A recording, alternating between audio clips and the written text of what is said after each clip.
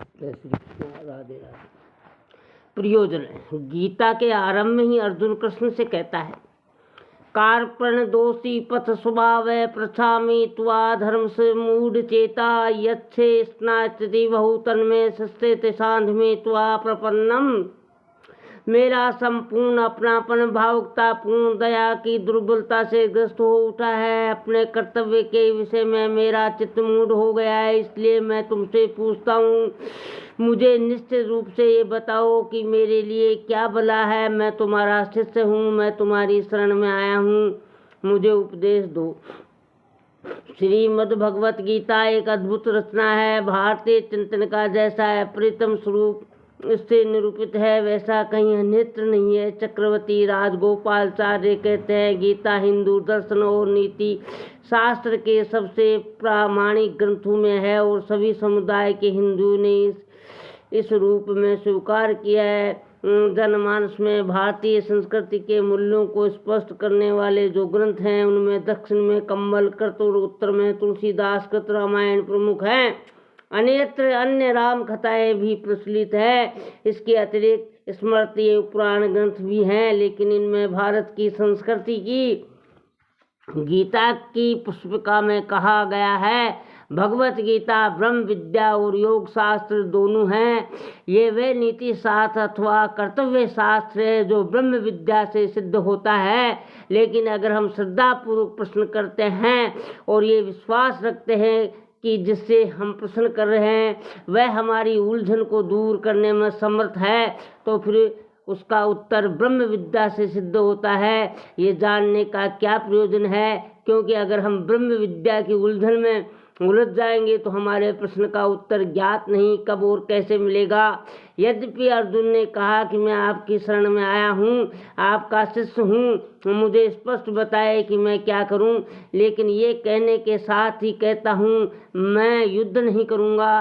गीता 2-5-9।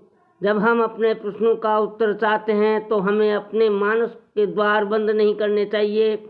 हमारे विचार से हम जिससे उत्तर चाहते हैं वह हमारी उलझन को दूर करने में हमसे अधिक समर्थ है, तभी तो उसके पास जाते हैं। हम जब हमारे विवेक से कोई हल नहीं पाते हैं तो हम उसके विवेक की श्रेष्ठता के बारे में आश्वस्त होना चाहिए, अन्यथा कोई भी उत्तर मिले हम अपनी पूर्व भटकन का ही शिकार होते रहेंगे। अतएव हम में श्रद्धा व भक्ति न हो तो हमारे किसी प्रश्न का उत्तर नहीं मिल सकता। ब्रह्म विद्या का विषय अत्यंत गूढ़ है। दर्शन शास्त्र में व्यापक में विभिन्न मत विमित इसका प्रमाण है। ऋग्वेद के नाश दिए सूक्त का अंतिम मंत्र है, सृष्टि का उद्गम हुआ कैसे, कहाँ से, जो रहा सृष्टा सृष्टि उसने की है नहीं भी, अनंत से करता नियमन निरीक्षण एक वही जानता है, निश्चय या नहीं वह भी जानता है। पूरा सूक्त डॉक्टर देवेंद्र नाथ पांडे कृत वैदिक सूक्त संग्रह मूल रूप में तथा उसका अंग्रेजी अनुभव पंडित सत्यकाम वेदा करके दी होली वेड्स अप में देखा जा सकता है। मुझे लगा कि मेरे जैसा सामान्य व्यक्ति जो ब्रह्म विद्या अथवा दर्शन शास्त्र की गहराई में डूबना नहीं चाहता, लेकिन जिसके पास अर्जुन जैसा ये प्रश्न है वह क्या करूं क्या नहीं, इसके लिए गीता में से क्या लिया जाए क्या छोड़ा जाए, इस पर विचार करना चाहिए। आवाज की दुनिया के दोस्तों, महर्षि अरविंद ने लिखा है, यदि किसी प्रकार ये जानना संभव हो कि गीता की किस शास्त्रीय परिभाषा से उस समय के लोग कौन सा अर्थ ग्रहण करते थे, तो भी मेरे विचार में इसका कोई विशेष महत्व नहीं। आज तक जो भाष्य लिखे गए हैं और लिखे जा रहे हैं उनके परस्पर मतभेद से स्पष्ट ही है कि ये जानना किस तरह से संभव भी नहीं है। ये सब के सब एक दूसरे से भिन्न होने में एक मत हैं। प्रत्येक भाष्य को गीता में अपनी ही आध्यात्मिक रीति और धार्मिक विचारधारा दिखाई देती है। इस विषय में चाहे कोई कितना ही अधिक प्रयास करे, कितना भी तटस्थ होकर देखे और भारतीय तत्व ज्ञान के विकास क्रम के संबंध में चाहे जैसा उद्बोधक सिद्धांत स्थापित करने का प्रयत्न करे, पर वह विषय ही ऐसा है, इसमें भूल होना अनिवार्य है। इसलिए गीता के विषय में हम ये कर सकते हैं जिससे कुछ लाभ हो सकता है। इसके तत्व दर्शन से अलग जो प्रकृति जीते जागते तथ्य है उन्हें ढूंढे। हम गीता से वे चीज तो जो हमें या संसार की सहायता पहुंचा सके और जहाँ तक हो सके उसे ऐसी स्वाभाविक और जीती जागती भाषा में प्रकट करे जो वर्तमान मानव जाति की मनोवृत्ति के अनुकूल हो और जिससे उसकी पारमार्थिक आवश्यकताओं की पूर्ति में मदद मिले। इस प्रयास में हो सकता है कि हम बहुत सी ऐसी भूलों को मिला दे जो हमारे व्यक्तित्व और इस समय के विशिष्ट संस्कारों से उत्पन्न हो। हमसे बड़े हमारे पूर्वाचार्य भी इसमें नहीं बच पाए, परंतु यह हम इस महान सद्ग्रंथ के भाव में अपने आप को तल्लीन कर दें। और सबसे बड़ी बात यह है कि यदि हम उस भाव को अपने जीवन में चरितार्थ करने का प्रयत्न करते हो तो इसमें संदेह नहीं कि हम सद्ग्रंथ में से उतनी सद्वस्तु तो ग्रहण कर ही सकेंगे जितने कि हमें पात्र या अधिकार हैं, और साथ ही हमें इससे वे पारमार्थिक प्रभाव की वास्तविक सहायता भी प्राप्त हो सकेगी जो व्यक्तिगत रूप से हम इससे प्राप्त करना चाहते थे, और इसी के देने के लिए सद्ग्रंथ की रचना हुई थी। बाकी जो कुछ है वह शास्त्र वाद विवाद या धार्मिक मान्यता है। अरविंद के उपयुक्त विचारों का हिंदी रूपांतर अधिकृत अनुवाद से लिया गया है, फिर भी ऐसा लगता है कि इसमें मूल पूरी तरह प्रदर्शनीयत एवं शुद्धि पाठ की सुविधा के लिए अंग्रेजी मूल दिया गया है। We hold the therefore of small importance to extract from the Gita.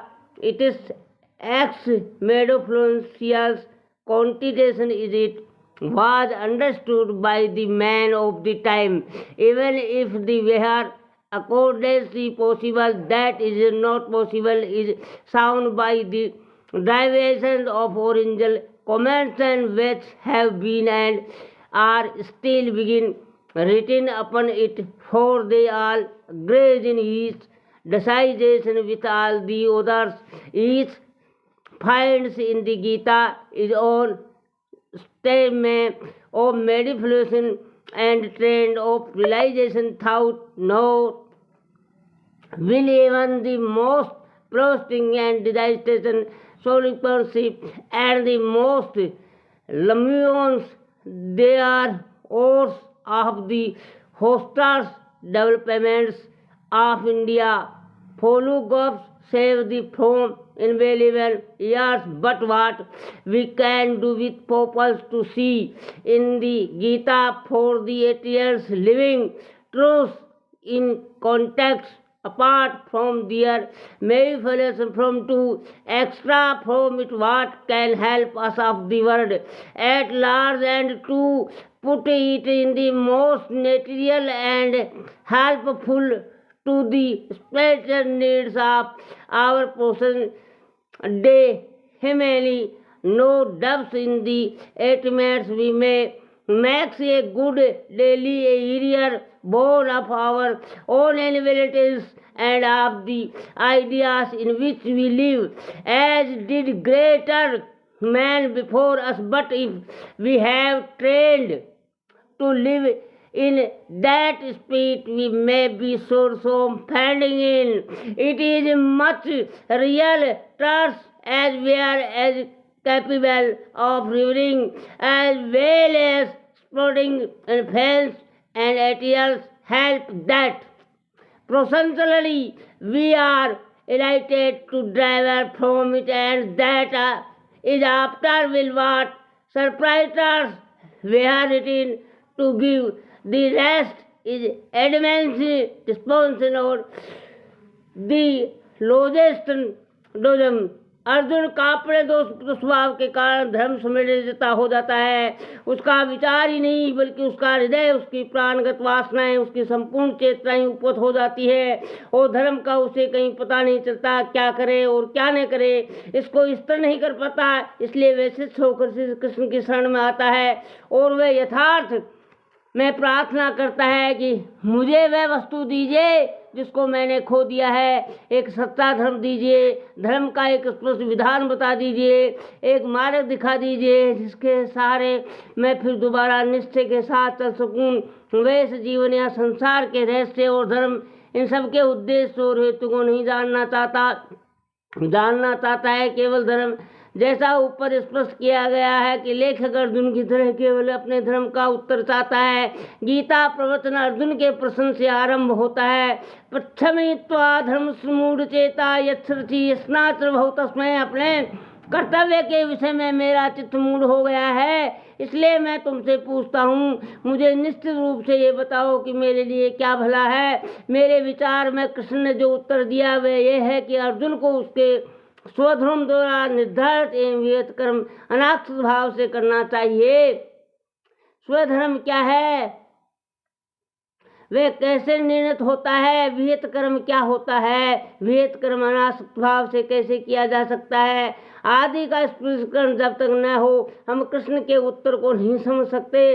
अनासक्त भाव से कर्म किया जाए कहना तो सरल है, लेकिन अनासक्त भाव से कर्म करना कठिन है। ऐसा करने की हम में सामर्थ्य हो, इसके लिए हमें किस प्रकार से क्या अभ्यास करना चाहिए, इस बारे में गीता में जो निर्दिष्ट है उसको भी समझना आवश्यक है। मन में उठे उपयुक्त विचारों के आधार पर गीता के उपदेश के बारे में बने मेरे स्वयं के चित्र को सामने रखकर ये रचना करने का प्रयत्न किया गया है। आवाज की दुनिया के दोस्तों, सत्संग प्रेमियों, सज्जनों, पुण्यात्माओं, मुझे मालूम है कि मैं जो कुछ करना चाहता हूँ वह एक प्रकार से अनधिकार से स्थायी है।